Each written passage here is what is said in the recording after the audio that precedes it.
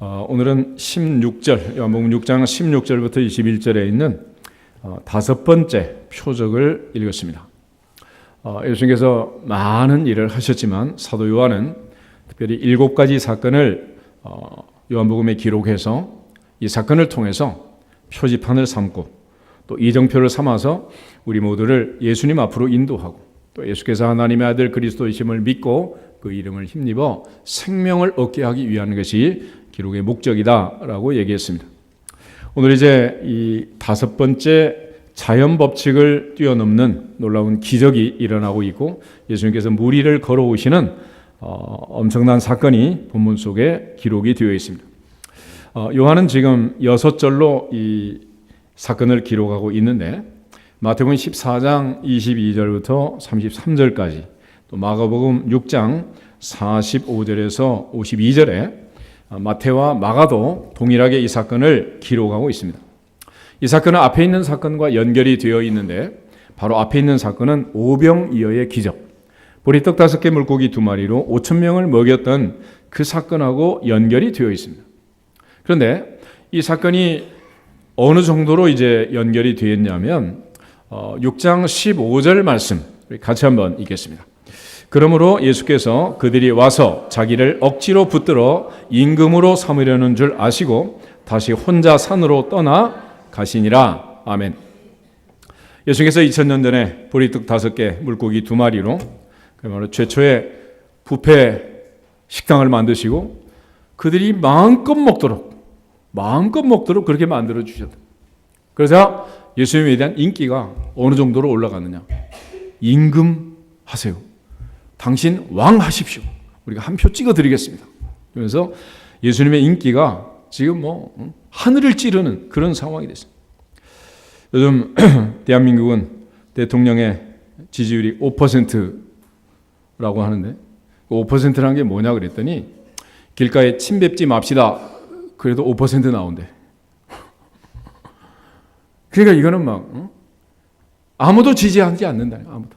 그럴 정도로 지금 아주 심각한 상황인데 예수님께서는 지금 보세요. 임금이 되라. 당신이 왕이다. 그래가지고 한 끼 식사를 제공했더니 이날 식사를 한 그 사람들이 모두 다 예수님 왕 삼으라 왕. 근데 예수께서는 인간이 어떠한 것을 아셨기 때문에 그들에게 자기 몸을 의탁하지 않았다라고 얘기했어요. 그런데 놀라운 사실은 이렇게 환호하던 사람들이 요한복음 이제 19장 20장 넘어가면서 예수님이 십자가에 운명하실 때 강도 바라바는 놔주고 예수는 십자가에 못 박으소서. 십자가에 못 박으소서. Crucify him 그러면서 막 외친 거야. 그래서 어떤 사람을 조심해야 되느냐. 신복을 조심해라 그래. 가장 가까이 있는 사람. 그렇게 열광하던 사람이 칼을 꽂을 수가 있다는 거지. 그래서 늘 목회하면서 감사하는 것은 항상 여러분들이 적당한 거리에서 그래 앉아 있어서 너무 좋아. 근데 목회를 하면서도 사택에 와서 냉장고 뒤지고 막 이런 사람을 조심하라 그래.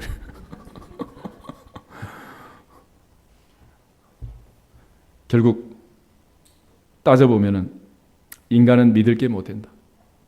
바람이야 바람. 모든 게 바람이고 순간이라는 거예요. 한때 바람이 어떻게 부느냐에 따라서 이제 미국도 이제 화요일이면 선거를 한다는데 바람이 어느 쪽으로 부느냐에 따라 미국의 운명이 아니라 세계의 운명이 흔들릴 지금 위기 상황에 처해 있습니다. 그런데 예수님께서는 이 상황을 딱 보시고 어떤 일을 하셨냐. 2가지를 하신 거예요. 하나는 본인은 산으로 가셨다. 산. 예수님 산에 가시면 무박 등산하러 간 게 아니고 기도하러 가신 기도. 예수님의 산은 왜 가시냐? 늘 기도하러 가요. 산에. 그래서 변화산에서 기도하시고 겟세마네 동산에서 기도하시고 예수님 늘 산에 가셔서 기도하신 거예요. 기도. 요즘 이제 대한민국 등산 공화국 그렇게 될 정도로 막 울긋불긋 온갖 등산복들이 화려찬란하게 산천초목보다 더 빨갛게 단풍 같은 옷을 입고 지금 이제 설악산에서 내장산까지 휘젓고 다니는데 예수님은 산에 가면 뭐 하셨다고? 기도하셨어요. 기도. 우리 모두 지금은 뭐 할 때다? 기도할 때다. 할렐루야. 그리고 그 다음에 제자들을 보냈는데 보면은 그냥 제자들이 저물자 바다에 내려가서 배 타고 떠났다 이렇게 되어 있습니다. 네, 마태복음 14장을 한번 찾아보겠습니다. 마태복음 14장의 기록을 보면 예수님께서 이제 오병이어의 기적을 행하시고 그 다음에 제자들과 나누신 이제 대화가 있는데 13절부터 21절까지 이제 5천 명이 먹었습니다. 그리고 나서 그 다음에 무슨 일을 하셨느냐? 22절, 23절. 마태복음 14장 22절, 23절 두 절만 보겠습니다. 예수께서 즉시 제자들을 제촉하사 자기가 무리를 보내는 동안에 배를 타고 앞서 건너편으로 가게 하시고 무리를 보내신 후에 기도하러 따로 산에 올라가시니라. 저물매 거기 혼자 계시더니 아멘. 그러니까 예수께서 제자들을 지금 빨리 재촉해서 빨리 가라는 거예요. 빨리. 근데 기적이 일어났던 광야는 벳세다 광야이고 예수님께서 가라는 목적지는 가버나움이었습니다. 가버나움은 제자들의 고향이고 또 집이 있는 곳 아니겠어요? 그래서 예수님께서 아마 벳세다에 뭐 숙박할 곳도 없고 빨리 가서 피곤하게 일했으니까 잠자라 뭐 그래서 보냈는지 아니면 지금 본문을 잘 보면 제자들의 입장에서는 생각해 보세요. 예수님께서 인기절정 왕이 될 것 같은 그런 하늘을 찌르는 지지가 나오고 또 그날 제자들도 보면 광주리를 들고 열심히 왔다 갔다 했잖아. 그죠? 얼마나. 그러니까 갈릴리에서 태어나서 뱃사공하면서 겪어보지 못한 그 놀라운 인기 그걸 누려본 거 아니겠어요? 그러니까 이런 날 밤은 올라 있으래도 행복한 밤 아니겠어요? 근데 예수님께서 찬물을 끼얹는 게 찬물. 빨리 가라. 빨리 가라. 거기에 취할 그런 때가 아니라는 그런 인기나 누리고 기쁨을 누릴 그런 때가 아니라는 거죠. 그래서 그 큰 기적이 일어났는데 예수님께서는 제자들을 재촉해서 빨리 가라. 빨리. 건너편으로. 그래서 갈릴리 바다라고 되어 있는 사실은 호수죠. 호수. 거대한 호수인데 갈릴리 호수를 건너서 벳세다 건너편 가버나움으로 집이 있는 곳으로 빨리 가도록 그렇게 한 것입니다. 그런데 이제 시간을 보면 저물매 그렇게 돼 있어요. 젊은매. 그러니까 예수님께서 이제 오병이의 기적을 행하신 그것이 이제 저녁 식사가 되었고 식사 다 마치고 이제 부스러기 줍고 설거지를 마치니 지금 점으로 가고 있는 거예요. 그리고 본문 다시 이제 6장을 보시면은 17절에 이미 어두웠고 그런 표현이 나옵니다.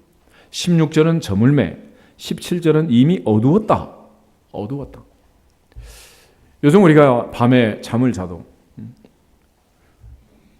아파트 아무리 뭐 창문 닫고 또 커튼 내린다고 해도 깜깜합니까? 빛이 들어옵니까? 빛이 막 들어옵니다. 그죠? 근데 2000년 전 시골 갈릴리 어촌에는 해지면 불빛이 있을까요? 없을까요? 불빛이 없어요. 해가지고 깜깜한 그런데 바다 위에 땅도 아니고 바다 위에 지금 제자들이 배를 타고 건너가고 있습니다. 근데 예수님께서는 이제 빨리 건너가라 하는 그 시점이 저물 때고 그 다음에 찾아오신 시점이 언제냐 그러면 마태 기록을 보면 14장 25절에 밤 4경에 예수께서 바다 위로 걸어서 제자들이 오셨다 그렇게 되어 있고 마가복음 6장 48절에도 바람이 거스름으로 제자들이 괴로이 누워졌는 것을 보시고 밤 4경쯤 바다 위로 걸어서 저에게 오셨다 이렇게 되어 있습니다. 시간 개념을 좀 알 필요가 있는데 유대인들은 낮 시간을 12시간으로 나눴습니다. 아침 6시에서 저녁 6시까지. 그래서 제3시, 제6시, 제9시 뭐 하는 시간? 기도 시간. 그래서 기도 시간인데 제3시는 아침 9시. 제6시면 낮 12시. 제9시면 오후 3시가 됩니다. 포도원 품꾼은 1시간 남겨두고 품꾼을 채용해서 일하도록 했다. 그러니까 오후 5시에 와서 6시에 이제 일이 끝나는데 1시간 일 시키고 한 데나리온 준 거 아니겠어요? 그런데 이제 밤 시간은 저녁 6시부터 아침 6시까지 4경으로 나눴습니다. 그래서 오후 6시부터 이제 저녁 9시까지를 1경, 9시에서 밤 12시까지를 2경, 밤 12시에서 새벽 3시까지를 3경, 그리고 이제 새벽 3시에서 아침 6시까지를 4경. 그 시간이 뭐 하는 시간? 새벽 기도하는 시간. 할렐루야. 그러니까 요즘 해가 언제 뜨는지 지는지 잘 모르는 사람은 새벽 기도를 안 하는 사람이고, 새벽 기도 하는 사람은 언제쯤 날이 밝는지를 알 수가 있어요. 그런데 문제는 지금 보세요. 예수님께서 6시에 지금 출발을 시켜가지고 밤 4경이 돼서, 그러니까 바다 위에서 최소한 6시간을 지금 이제 노를 젓고 있었다는 거죠. 요나가 배를 탈 때 풍랑이 일었던 건 아니죠. 처음엔 고요하던 바다가 나중에 이제 뒤집어진 거 아니겠어요? 바울이 사도행전 27장에 유라굴로 광풍을 만날 때도 선장과 선주의 말을 바울의 말보다 백부장이 더 믿고 천부장이 더 믿고 배를 출발시킨 거예요. 처음에는 날씨가 좋았죠. 가다가 지금 뒤집어진 거예요. 그런데 예수님께서 지금 가라고 했잖아요. 재촉을 했지. 오늘은 그냥 벳세다에서 자도 될 텐데 예수님께서 굳이 재촉해서 가라고 하시고 본인은 산에 기도하러 혼자 가버리시고, 그래서 오늘 본문을 잘 보면은 17절에 배를 타고 바다를 건너 가버나움으로 가는데 이미 어두웠고, 특별히 예수는 아직 저희에게 오시지 않았다. 예수님 부재 상태입니다. 날은 지고 깜깜해지고 깜깜한 바다 한가운데서 풍랑이 일었고 예수님은 안 계시고, 지금 상황이 어느 정도인지 아시겠죠? 그런데 따져보면 이 모든 일을 이렇게 망친 장본인이 제자들입니까? 예수님입니까? 예수님이잖아요. 순종하면 복을 주신다더니 바람을 주시네. 충성하면 복을 받는다더니 큰 풍랑이 일어나서 죽게 생겼네.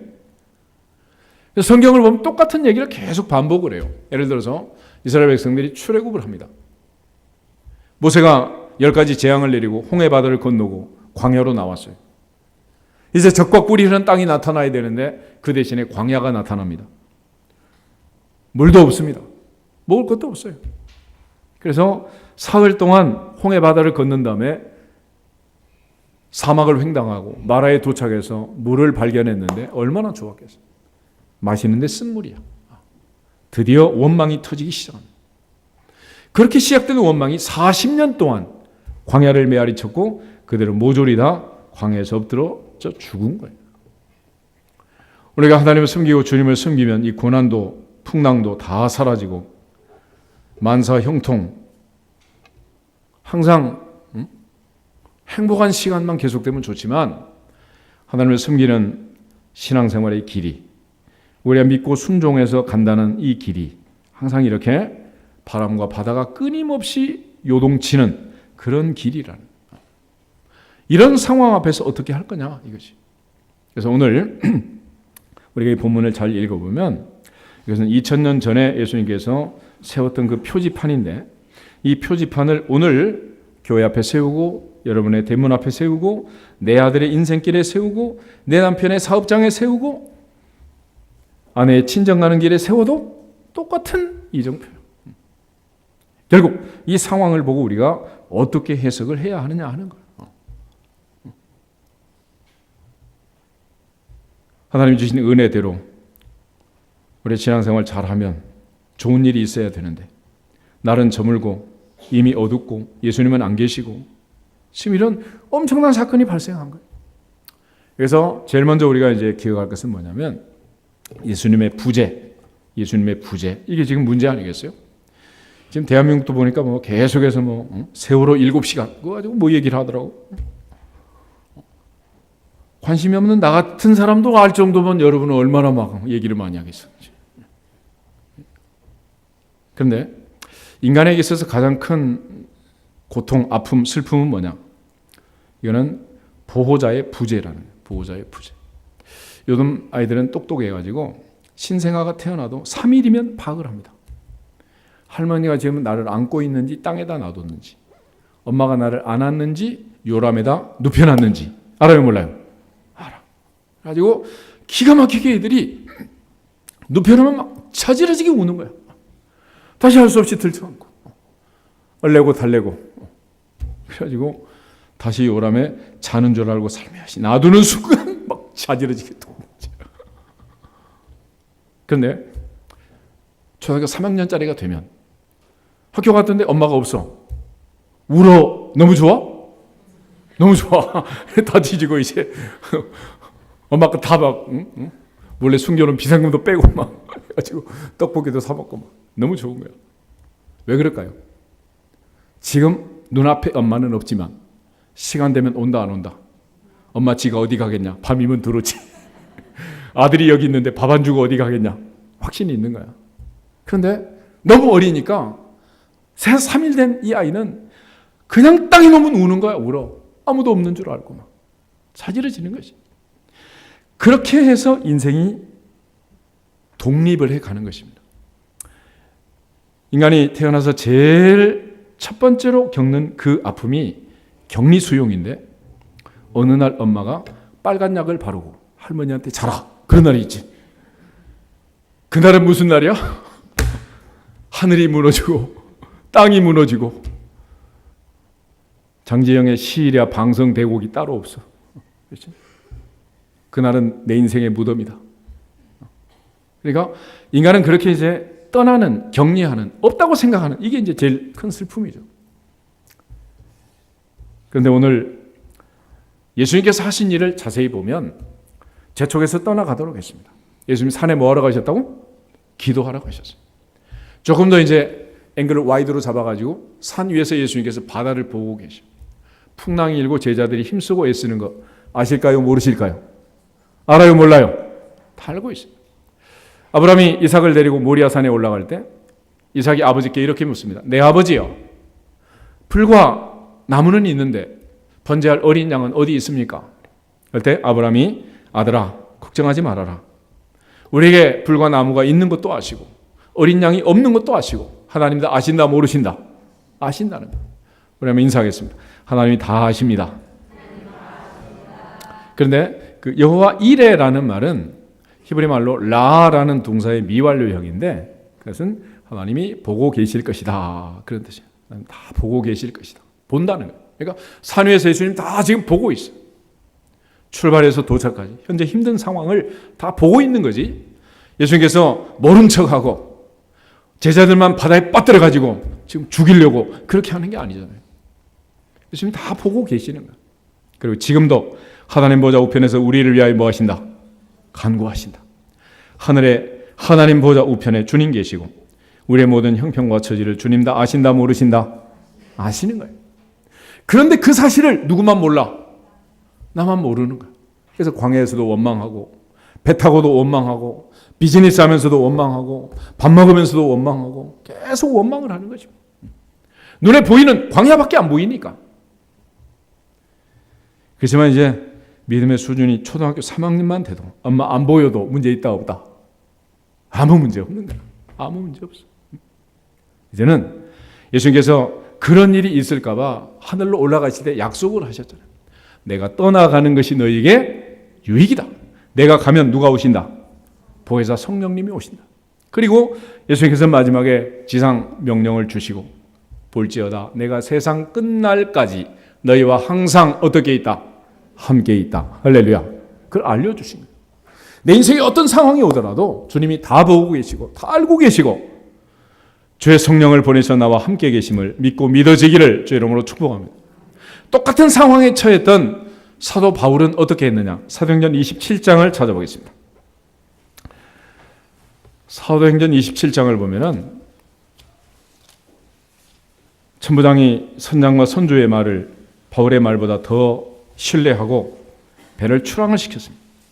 얼마 못 가서 유라굴라 광풍이 지중해에 불어대고 이제는 소망이 끊어지고 죽게 생겼어요. 27장 20절부터 26절까지 같이 읽겠습니다. 여러 날 동안 해도 별도 보이지 아니하고 큰 풍랑이 그대로 있음에 구원의 여망마저 없어졌더라. 여러 사람이 오래 먹지 못하였음에 바울이 가운데 서서 말하되 여러분이여 내 말을 듣고 글에 대해서 떠나지 아니하여 이 타격과 손상을 면하였다면 좋을 뻔하였느니라. 내가 너희를 권하노니 이제는 안심하라. 너희 중 아무도 생명에는 아무런 손상이 없겠고 오직 배뿐이리라. 내가 속한 바 곧 내가 섬기는 하나님의 사자가 어젯밤에 내 곁에 서서 말하되 바울아 두려워하지 말라. 내가 가이사 앞에 서야 하겠고 또 하나님께서 너와 함께 항해하는 자를 다 내게 주셨다 하였으니 그러므로 여러분이여 안심하라. 나는 내게 말씀하신 그대로 되리라고 하나님을 믿노라. 그런즉 우리가 반드시 한 섬에 걸리리라 하더라. 아멘. 사도 바울은 하나님의 사자가 자기에게 말씀하신 음성을 듣고 아직 내게 사명이 있다는 걸 알았어요. 나는 바다에서 죽을 사람이 아니라 지금 로마에 들어가야 되고 로마의 황제 가이사 앞에 서야 하고 276명의 이 생명을 살려야 하는 사명이 있다. 나는 죽는다 안 죽는다? 안 죽는다는 걸 확신했습니다. 그럼 우리는 반드시 한 섬에 걸리리라. 그래서 멜리데 섬에 상륙을 하고 276명을 바울은 살렸습니다. 오늘 하나님께서 우리에게 주신 이 모든 표지판을 잘 보면서 내 인생에 풍랑이 바람이 일어난다고 해도 두려워하라 하지 말라. 아무것도 염려하라 하지 말라. 하지 말라는 거예요. 죽는다 안 죽는다? 안 죽어요. 안 죽어. 3일째 되던 날부터 죽는 줄 알고 자지러졌잖아. 그렇지만 3일이 지나고 3개월이 지나고 3년이 지나고 30년이 지나고 또 30년이 지나고 죽었어 안 죽었어요? 아직 안 죽었어. 안 죽는 이유는 한 가지다. 너는 로마에 가야 되고 너는 가이사 앞에 서야 되고 276명을 살려야 한다. 아직은 우리에게 뭐가 있어요? 사명이 있는 거야. 사명. 모세는 신명기 34장에 그의 인생을 마무리할 때 그의 사명이 끝납니다. 그래서 마지막 날도 그는 기력이 쇠하지 않고 눈이 흐리지 않고 등산을 하고 느보산 르비딘산 꼭대기까지 등정을 하고 요단강 전역을 건너편 전역을 다 바라봤어요. 그리고 나서 세상을 떠났습니다. 건강검진 상태로 보면 요즘 무슨 신체 나이, 건강 나이 이런 얘기 하는데 모세의 건강 나이를 보면은 죽을 사람이요 살 사람이요 살아야지. 그렇지만 죽었어요. 바울은 지금 죽어야 할 상황인데 안 죽어요. 왜 그러냐? 사명이 있기 때문에. 할렐루야. 우리가 어떤 일을 만난다고 해서 그렇게 쉽게 죽는 건 아니야. 그러나 사명이 끝나면 너도 가고 나도 가고 다 가게 되어 있습니다. 제자들을 주님께서 부르실 때 갈릴리 바다에서 수장시키려고 불렀겠습니까? 땅끝까지 이르러 복음을 전하고 불렀는데 그날 밤 하루 거기서 풍랑이 일었다고 죽겠어요? 그렇게 죽지는 않는다. 그러므로 눈에 보이는 바람과 바다를 바라보고 베드로가 주님이 나타나자 주님이시면 나를 명하여 무리로 오라 하소서 그랬잖아요. 오라. 가다가 생각해보니 지금 내가 뭐 하는 거야 지금? 무리를 걷고 있잖아. 바람이 일고 풍랑이 있는 걸 보자 베드로는 자연스럽게 물속에 빠져 죽어가고 있습니다. 주여 나를 구하소서.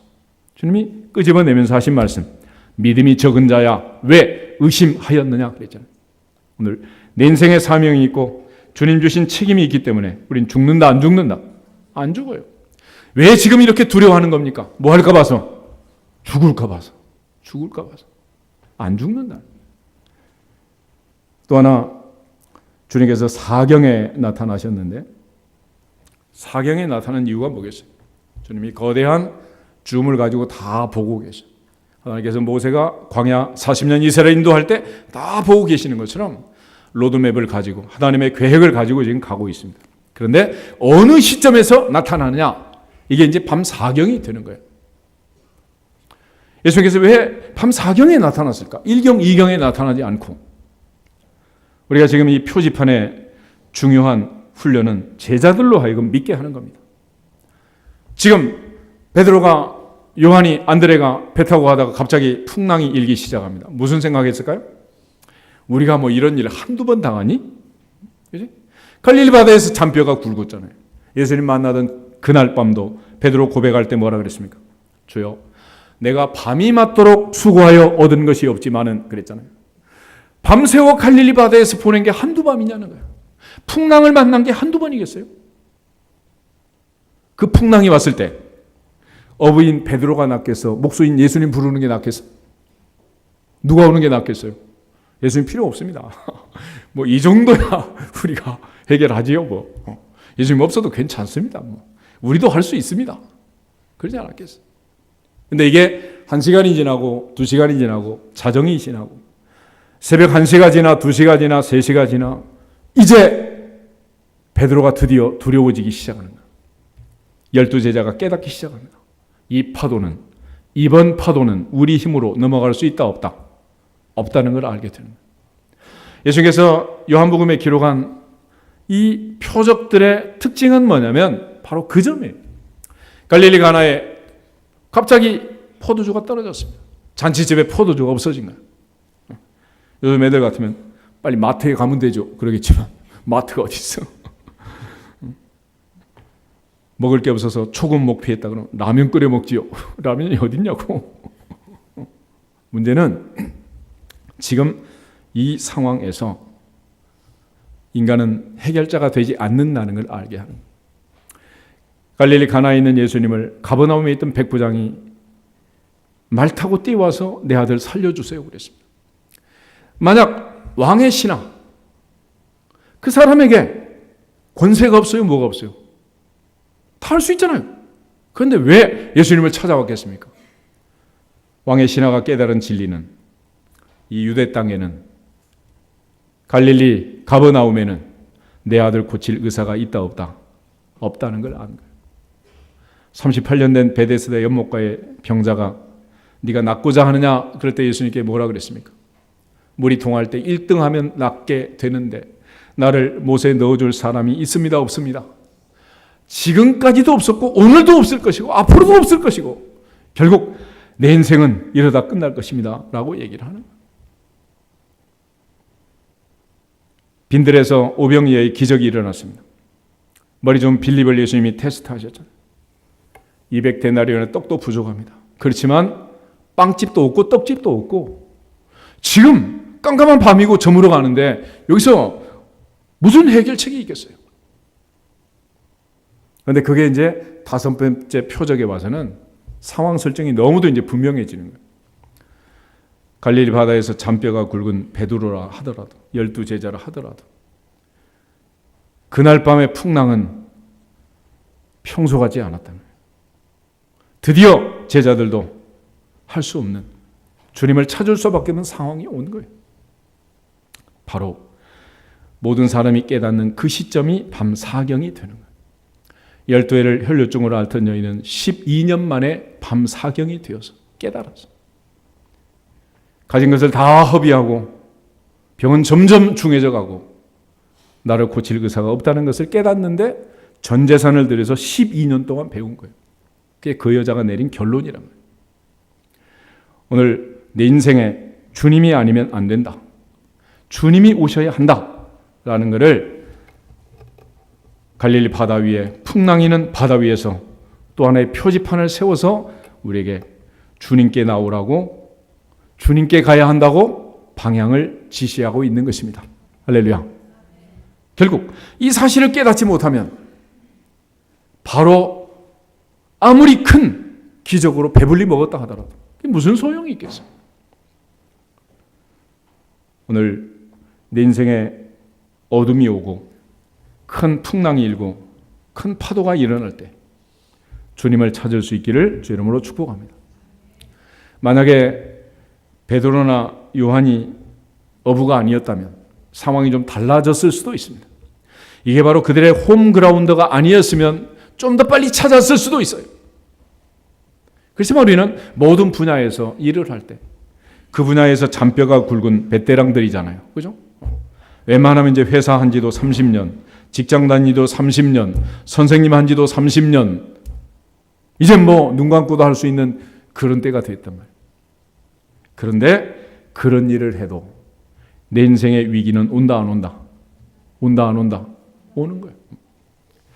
지금 우리는 대한민국 1인자가 고통을 겪고 힘들어하는 모습을 사천만이 지금 구경하고 있는 거예요. 이전에 대통령들도 그런 얘기를 많이 했잖아. 못 해먹겠다. 그게 무슨 소리야 그게? 아니 그 자리에서 못 해먹겠다 그러면 우리 같은 사람은 어떻게 사느냐고. 그런데 문제는 아무리 높은 자리에 올라가도 아무리 권좌에 올라가도 내가 할 수 없는 한계점이 있다는 거예요. 어느 분야든지 어떤 전공이든지 내가 노력하고 힘쓰고 애쓰고 올라갈 수 있는 한계점이 있어요. 그러나 그 벽을 뚫고 브렉트루하고 올라가는 것은 하나님의 은혜가 아니면 안 되는 거예요. 그 옛날에 느부갓네살도 다윗 왕도 다 그걸 깨달은 거예요. 하나님의 은혜가 아니면 안 되는구나.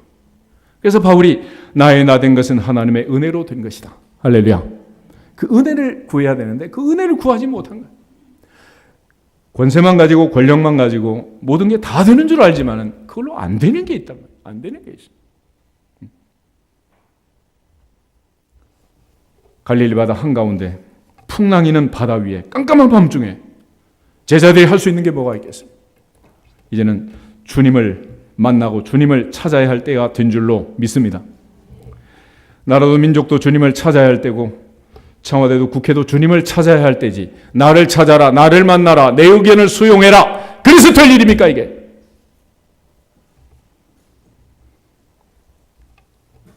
주님이 오지 않고는 될 수가 없는 거예요.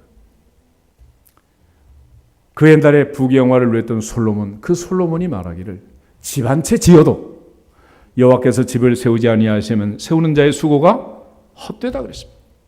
금방패, 은방패를 들고 천군만마를 거느리고 나라를 통치해도 주께서 지켜주지 아니하시면 파수꾼의 경성함이 허사다 그랬잖아요. 오늘 주님은 산 위에서 이 제자들을 위해서 뭐하고 계십니까? 기도하고 계십니다. 다 보고 계시는 거예요. 이 땅에 하나님의 백성이 한두 명이 아니잖아요. 니느웨 성에 12만 명의 안못 보는 하나님의 백성들이 있었다 그래요. 그래서 그들을 향해 복음을 전하고 요나를 보낸 거 아니겠습니까? 오늘 하나님 앞에서 내 인생에 어둠이 오고 풍랑이 일어날 때 내가 할 수 있을 줄 알았는데 이 정도는 내 능력으로 막을 수 있는 줄 알았는데 그게 아니라는 것을 깨달았을 때는 벌써 늦은 거 아니겠어요? 그러나 늦었다고 생각할 때가 가장 빠른 때인 것처럼 지금은 우리 모두가 다 기도하고 이 풍랑을 통과해야 할 줄로 믿습니다. 주님께 맡기고 주님이 오셔야만 이 문제가 해결이 될 수 있다. 마태복음 14장 33절에 보면 예수님께서 베드로와 무리에서 배로 올라왔을 때 많은 사람이 이렇게 말해요. 진실로 하나님의 아들이로소이다. 진실로 하나님의 아들이로소이다. 그분만이 하나님의 아들 예수 그리스도만이 우리 가운데 오셔야 되는 거 아니겠어요? 저는 그리스도시요 살아계신 하나님의 아들이십니다. 고백했던 그 베드로 믿음이 적어 물속에 빠져 들어가고 있단 말이에요. 베드로 가지고 안 돼요. 아무리 믿음 좋은 것 같아도 베드로 가지고 안 된단 말이에요. 이번 풍랑은 베드로의 믿음으로 해결할 수 없습니다. 예수님께서 밤 사경이 될 때까지 기다리신 것은 뭐겠어요? 우리가 고백하라고, 인정하라고, 이제는 그야말로 무릎 꿇고 진짜 주님을 찾으라고. 할렐루야. 진짜로 찾아야 돼요. 진짜. 찾는 척 그래서는 안 돼. 죽은 척 그래도 안 되는 거예요. 주님께서 찾아오지 아니하시면, 주님이 아니면 안 된다는 것을 깨닫게 하는 것이 요한복음에 있는 표적들의 특징입니다. 내 인생에 어떤 위기를 만나든지 주님 없이는 살 수 없는 줄로 믿습니다. 하나님께서 에덴 동산을 만드시고 천지를 창조하셨어요. 아담과 하와 두 사람이 살 때 땅 100평이면 될 것 같은데 두 사람이 사는 데 있어서도 5대양 6대주가 필요하고 하늘의 해와 달과 별이 은하계가 다 필요한 줄로 믿습니다. 70억이 사는데도 필요하지만 나 한 사람 사는데도 다 필요하다. 70억을 살리는데도 예수 그리스도의 십자가의 보혈의 능력이 필요하지만은 나 한 사람 살리는데도 그 보혈의 능력이 아니면 안 되는 거예요. 또 하나 우리가 이 사건을 통해서 기억할 것은 바로 6시간 전에 어저께 있었던 일, 풍랑을 만나니까 생각이 나요, 안 나요? 다 잊어버렸어. 다 잊어버렸어. 어저께 좋다고 예수님 왕되라고 막 그렇게 막 기뻐하던 게 6시간 만에 하루 저녁 지나면서 깜깜한 밤에 바다 위에 갖다 놓고 풍랑이 이니까 다 잊어버린 거지. 신명기라는 책이 있습니다. 모세는 그의 인생 120년을 맞이하면서 마무리하면서 이스라엘 백성들에게 설교를 다시 해요. 모세가 설교한 설교들을 모은 게 신명기인데 신명기의 주제는 이겁니다. 기억할지어다. 잊지 말지어다. 잊지 말지어다. 잊지 말라는 거예요. 그런데 이스라엘 백성들은 다 잊어버렸어요. 하나님이 우리에게 주신 은혜가 얼마나 컸는지, 내가 받은 은혜가 얼마나 컸는지, 얼마나 많은 은혜를 받고 살았는지. 그래서 아들이라는 녀석을 키워놓으면 이 녀석이 한다는 소리가 진자리 마른자리 가려가면서 안고 업고 이고 그렇게 키워놔도 엄마가 나한테 뭐 해줬냐고 이따위 소리 하는 녀석들 가끔 있어. 똑같아. 한평생 하나님이 은혜를 주셨는데 하나님이 내게 뭐 해줬냐고. 재촉에서 가라 그러더니 풍랑이 웬 말이냐고. 오늘 하나님께서 내게 베푸셨던 그 은혜를 깨달을 수 있기를 축복합니다. 그래서 마가복음 6장 51절 52절에 보면 이렇게 말해요. 배에 올라 저희에게 가시니 바람이 그치는지라 제자들의 마음에 심히 놀라니 이는 저희가 그 떡 떼시던 일을 깨닫지 못하고 도리어 그 마음이 둔하여졌음이로라. 한 번, 두 번 반복 훈련해서는 깨달을 수 있는 문제가 아니라는. 그래서 요한복음은 7번이나 반복을 하니 7번이나. 성경에서 말하는 7이라는 수는 완전수입니다. 완전수. 완전히 깨달을 때까지, 완전히 깨달을 때까지 하나님은 훈련을 시킬 거예요. 7번이 아니라 70번씩 7번이라도 훈련을 시키고 반드시 가나안으로 데려갈 줄로 믿습니다. 천국으로 데려갈 줄로 믿습니다. 포기하지 않을 줄로 믿습니다. 한두 번 부도 나서 알지 못하면 70번을 7번이라도 부도를 낼 거예요. 한두 번 아파서 깨닫지 못하면 머리부터 발끝까지 오장육부가 다 아프게 할지도 몰라요. 하나님의 보좌 앞에서 이제는 손바닥만한 구름이 나타나도 엘리야처럼 빨리 깨달을 수 있기를 축복합니다. 미풍이 불어도 빨리 깨달아야 되는 거예요.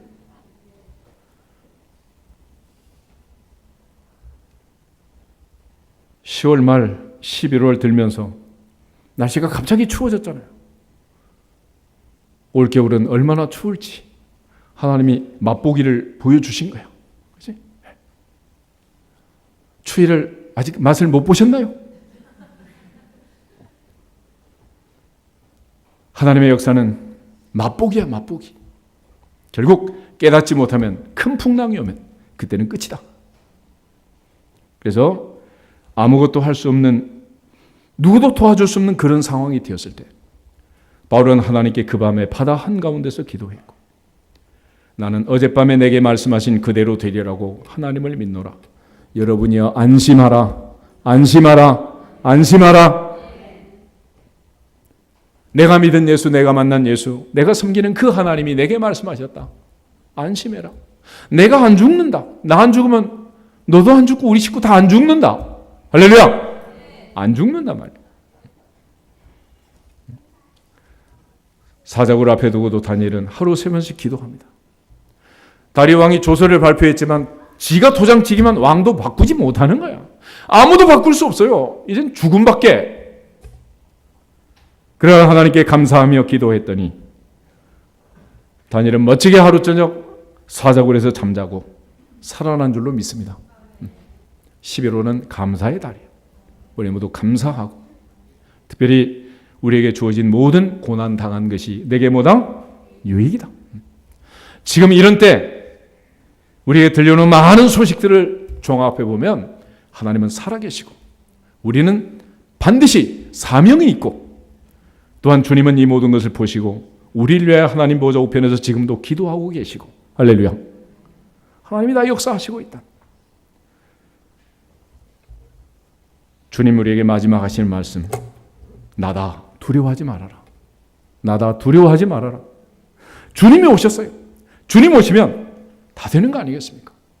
하나님의 보좌 앞에서 주님 바라보고 주님 손 붙들고 베드로처럼 빠져가던 바다에서 다시 배로 돌아오고 우리 모두 안전하게 행복하게 살아날 수 있기를 주님의 이름으로 축복합니다. 밤 4경이 됐습니다. 지금 뭐 할 때냐? 기도할 때. 그래서 밤 4경은 처음에 얘기했던 것처럼 새벽 기도하는 시간이다. 새벽 시간. 새벽은 기적의 시간인데 무조건 새벽이 기적의 시간이 아니야. 기도하는 그 사람에게는 기적이 일어날지어다. 모세가 기도할 때 그 새벽 홍해 바다가 갈라지고, 여호수아가 기도할 때 그 새벽 여리고가 무너지고, 다니엘이 기도할 때 그 새벽 사자굴에서 살아나온 줄로 믿습니다. 그 밤 4경 그 새벽에 주님이 찾아오심으로 제자들이 그 바람과 바다에서 살아나게 된 줄로 믿습니다. 아무것도 두려워하지 말고 내 인생에 어떤 일이 일어나다가 주님이 다 보고 계시고 알고 계시고, 우리는 이 모든 것을 통해서 연단받고 훈련되어서 하나님이 쓰시기에 합당한 자리에서 우리 인생의 마지막 날까지 충성할 수 있기를 주님의 이름으로 축복합니다. 우리 옆 사람 앞에서 더 인사하겠습니다. 아무것도 두려워하지 맙시다.